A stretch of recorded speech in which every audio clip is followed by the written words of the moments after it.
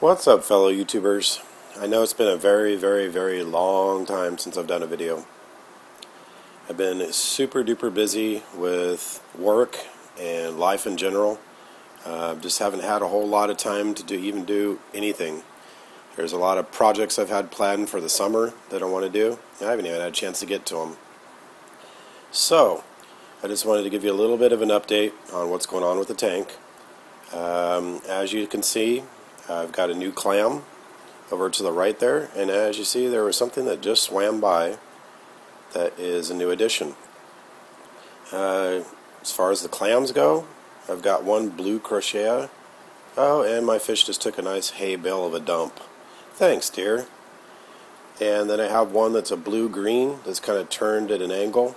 And then down at the very bottom, you'll see a little black lightning Maxima clam. I came across that deal at my local fish store that I buy all my corals from, and he's been competing with another aquarium fish store in our area, and they've been going head to head trying to get the best deals to the customers, and the customers are definitely reaping the benefits. So, as you can see, that just swam into the camera, I got a 8-inch hippo tang, or they call them a regal tang, or a painter's palette type tang. When I got her, she was very skittish, and I had a big concern about my purple tang. My purple tang, believe it or not, has been doing extremely well. I basically did an old trick that one of my local fish store guys that I buy all my stuff from, that I got the clam from, and blah blah blah, gave me a trick that I was curious to see if it would even work. If it works for you guys, great. If it doesn't, it worked for me. What I did is I basically quarantined the hippo tang like normal, and then I introduced her and the purple tang into the system via putting them down in the refugium. Granted, the refugium was a very small, cramped spot for the tang, the hippo tang, even though she was so big.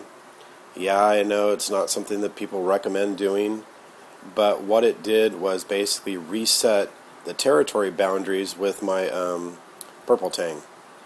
And as you can see, he's going crazy. Why he's doing this, I don't know. He must have got some his crack this morning. I fed him a nori strip. I got him some of that Julian Sprung's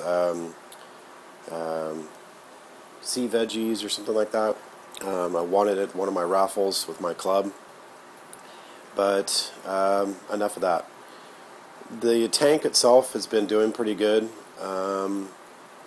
Sad news to report, when I switched to the Red Sea regular salt, I went from the Red Sea Pro to the regular Red Sea.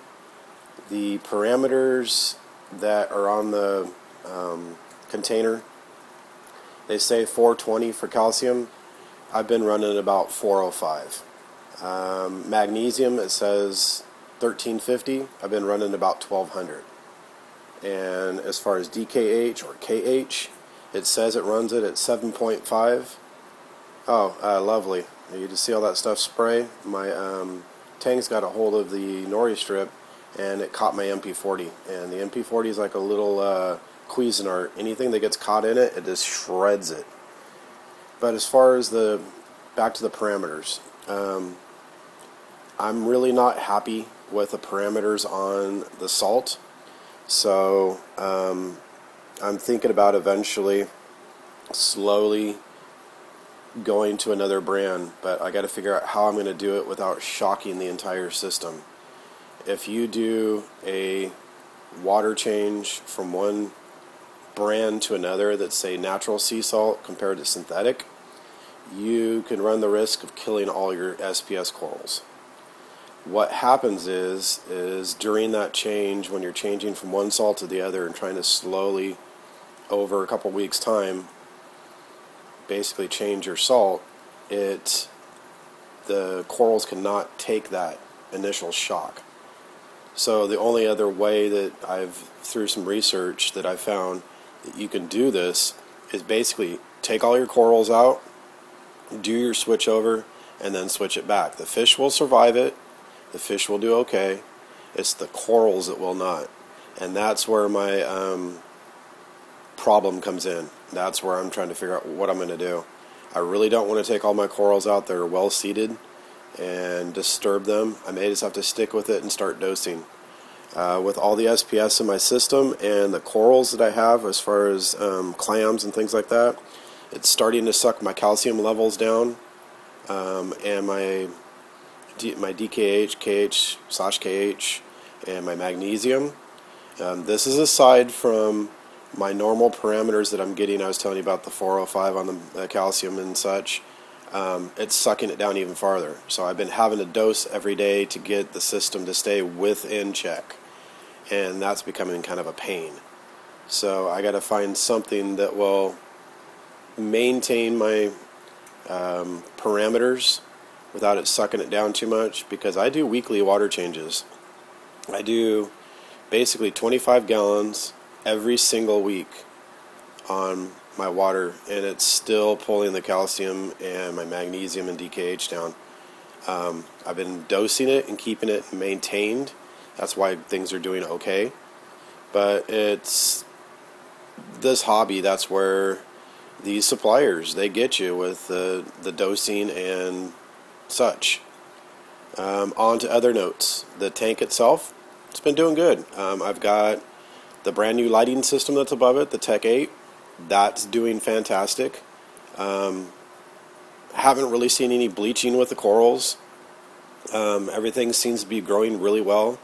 I did upgrade to one more daylight bulb, and when I had basically one daylight, all the blues, and one Fiji purple, it was just way too blue for me, and I wasn't seeing enough coral growth. As soon as I switched to one more daylight bulb and left everything the way it was, the coral growth has been through the roof.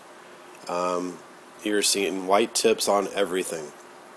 As far as coral, I haven't really bought anything new. I'm just letting everything grow out. I've got a second MP40 on there now. But other than that, everything's just growing just fine. That's as far as kind of where the tank's at the moment. So I'm going to do a slow pan across the tank, kind of show you what and how the coral look. Red Planet's taken off really well. A lot of my chalices and stuff are doing really, really well. If you look in the bottom left there, I've got a lot of chalices and some acans. That's kind of their corner, because they're stinging the shit out of everything. So, everything else is doing really well. Tank's doing good. Fish are doing good. The purple Tang's doing good. He's not being a little territorial punk like the rest of them were, or like he's being previous when I stuck the Royal Tang or the Regal Tang, or what they call the Hippo Tang, down there with him and reset his little territory boundaries. Seeing that she's also a really, really big fish, he's kind of got a respect for that. So he's definitely been put in check and been put in his place. So that's kind of where I'm at with the tank, and that's how things are going. Any question, guys? Just remember, please rate, comment, and subscribe. Have a great day, and happy reefing.